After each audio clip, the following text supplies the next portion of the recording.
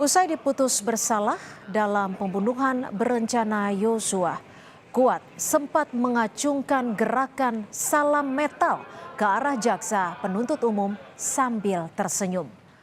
Kuat melalui penasihat hukumnya memastikan akan mengajukan banding atas vonis hakim.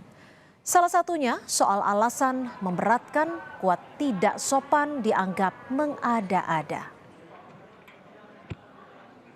Pertama dia kecewa kaitannya dengan putusan tersebut karena dia pada posisi dasar betul bahwa dia tidak tahu menahu akan peristiwa tersebut, dan hal itulah yang membuat dia merasa perlu kita melakukan upaya hukum dalam artian banding karena dia merasa difitnah bahwa ini hal satu yang mengada-ngada nih, seolah-olah klien kami ini tidak sopan dalam proses persidangan.